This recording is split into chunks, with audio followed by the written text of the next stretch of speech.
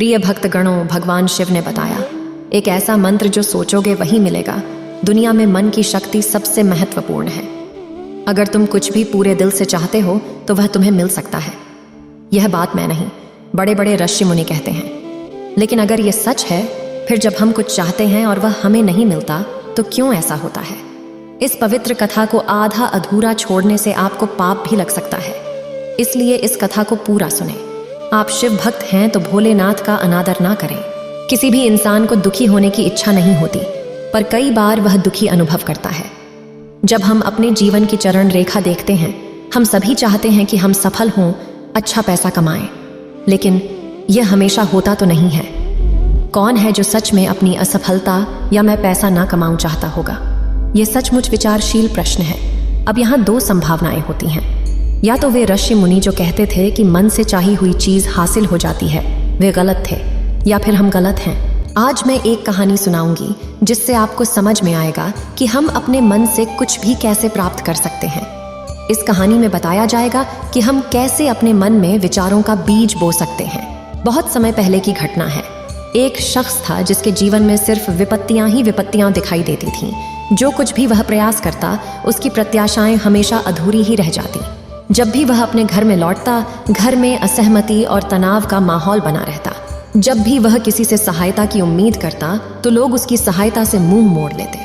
ऐसा अनुभव होता था मानो जैसे संपूर्ण ब्रह्मांड की सारी दुख भरी ताकतें उस पर एक साथ प्रकोपित हो गई हों। उसके मन में सवाल उमड़ता रहता कि कैसे मैं इन चुनौतियों और विपत्तियों से बाहर निकल सकता हूँ। इस विचार में उसकी रातें भी बेचैन हो जाती थीं। इस चिंता और तनाव के कारण उसकी आंखों के नीचे अंधेरे हल्के उमड़ आए थे, जो उसकी अंतरात्मा की पीड़ा और अशांति का साक्षी थे। कई बार तो उसके मन में जीवन से हाथ धोने के विचार भी आते, लेकिन अपने परिवार और उनकी भलाई की चिंता में वह ऐसा कदम नहीं उठा सकता था। अंत में उसने ठान लिया कि वह इस संकट को पार करके अपने जीवन में सुख शांति प्राप्त करेगा। वह जितनी भी मेहनत करे, चाहे कुछ भी करे या अंगारों पर चले, वह दुखों से मुक्ति चाहता है। एक बार उसने अपने मित्र से पूछा कि कैसे जीवन में सुधार लाए। उसके मित्र ने कहा, तुम किसी बाबा के पास जाओ, उनके पास जीवन की समस्याओं का हल होता है। जीवन में सुख और संपत्ति प्राप्त हो सकती है। तुम्हें ऐसे एक बाबा की तलाश करनी चाहिए और वह सब ठीक कर देगा। उस व्यक्ति को लगा कि किसी बाबा ही से उसकी समस्याओं का समाधान हो सकता है, इसलिए जब भी उसे किसी बाबा की जानकारी मिलती, वह उसके पास जाता।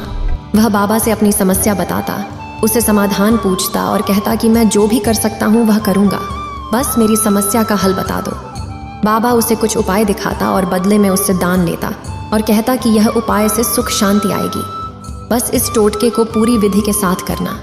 वो आदमी घर लौटकर पूरी विधि के साथ टोने टोटके करने लगा, लेकिन उसका जीवन बदलाव के बजाय और अधिक दुखमय हो गया। जो भी बाबा उसको उपाय देता, उससे पैसे भी लेता।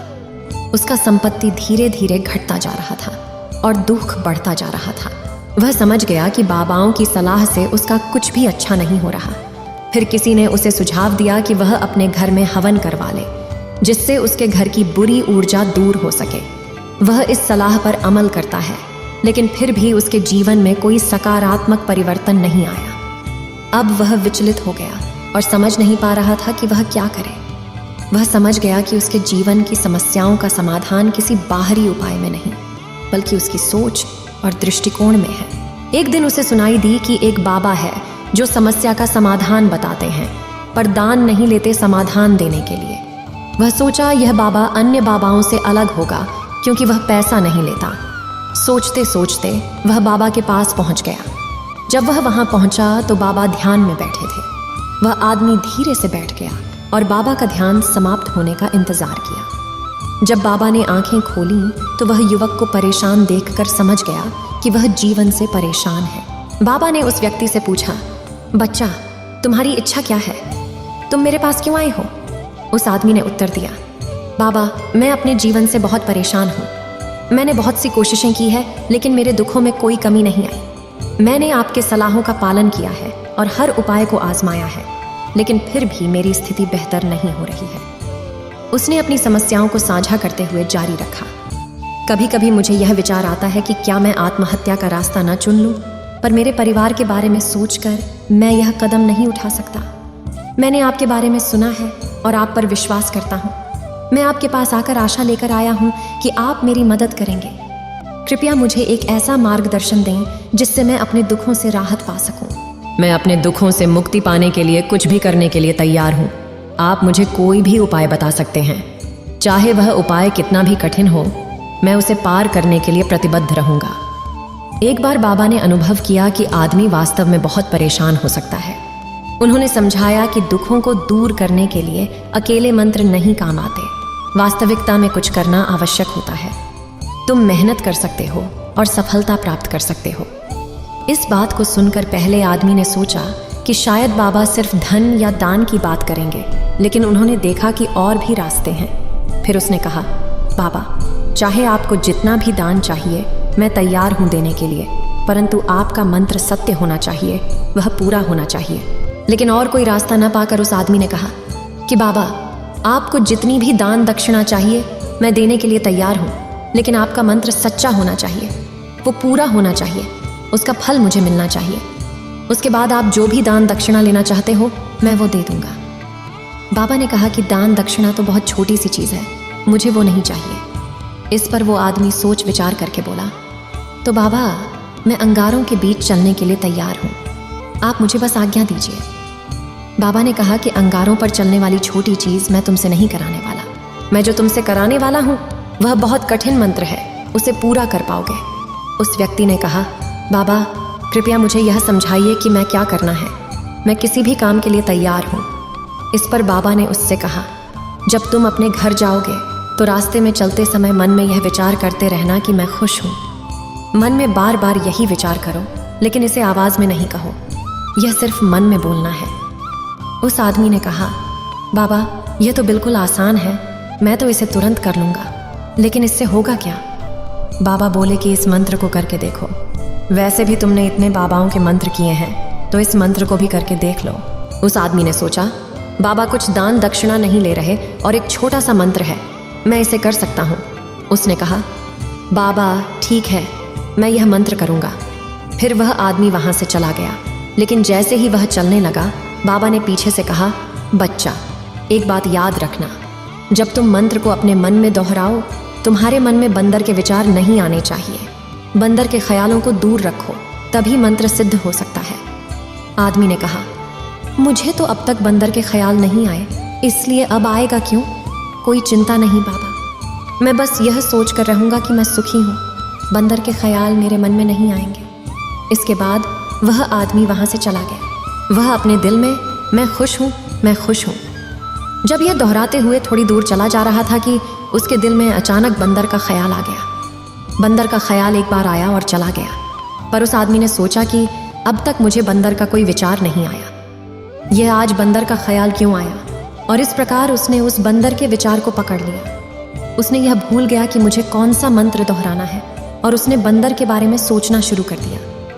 थोड़ी देर बाद उसे फिर से संध्या मिली, तब उसने फिर से अपना वही मंत्र दोहराया जिसे उसके बाबा ने सिखाया था, मैं खुश हूँ, मैं खुश हूँ। लेकिन अचानक सामने एक बंदर आया और इसे देखकर उसके दिल में फिर से बंदर का ख्याल उठाया और वह अपने अंदर से इस विचार को निकालने की कोशिश कर रहा था।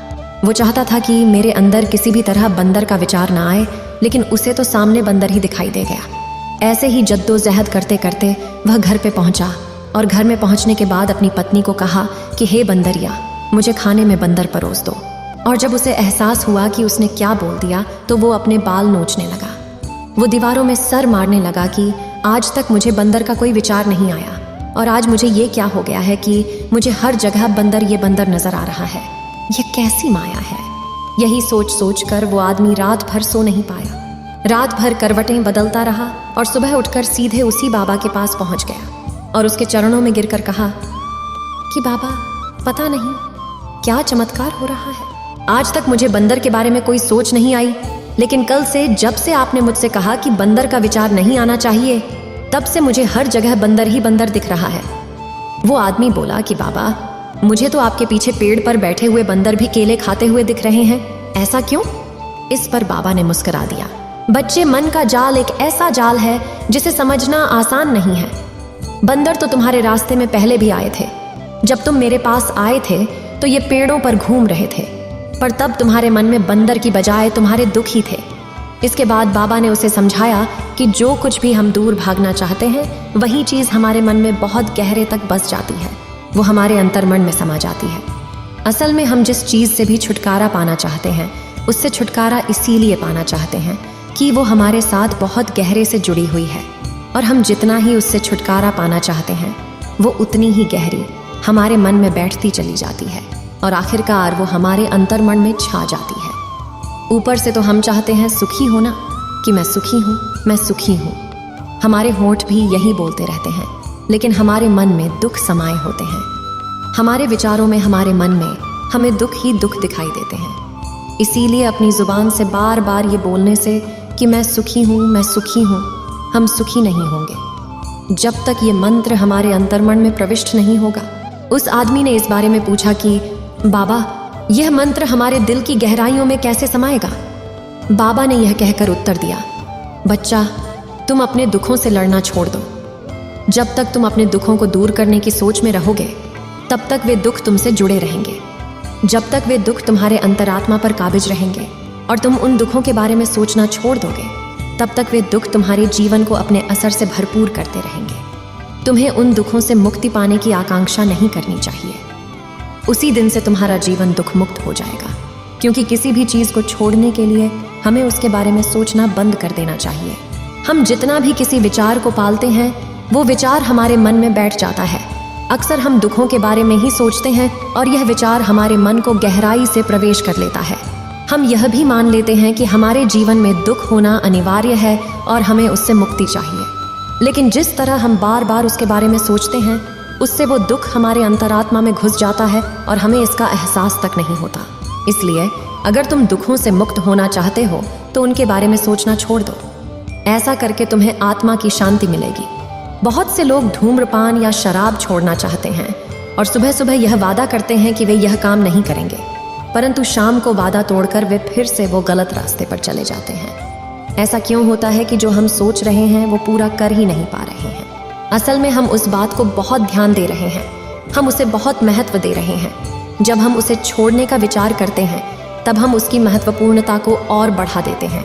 हमारे दिमाग में जितनी बार यह बात आती है उतनी ही अधिक हम सोचते हैं। शराब या तंबाकू छोड़ने का विचार करते समय भी हम उसके बारे में जितनी बार सोचेंगे हमारा दिमाग उतनी ही बार उस बात की ओर जाएगा। हमें उससे लड़ने की जगह नहीं, बल्कि बिना सोचे बिना आगे बढ़ने की दिशा में होना चाहिए। अगर हम इस तरीके को समझ लेते हैं तो हम अपने जीवन में जो भी पाना चाहते हैं उसे अपने अंतर्मन में डाल सकते हैं, और एक बार वो लक्ष्य हमारे अंतर्मन में बैठ जाता है तो फिर सफलता पाने में कोई समस्या नहीं आती, कोई दिक्कत नहीं आती। उम्मीद है आप सभी को यह वीडियो अच्छी लगी होगी। अगर आप शिव के सच्चे भक्त हैं तो चैनल को सब्सक्राइब और वीडियो को लाइक करके कमेंट में हर हर महादेव लिख दीजिए।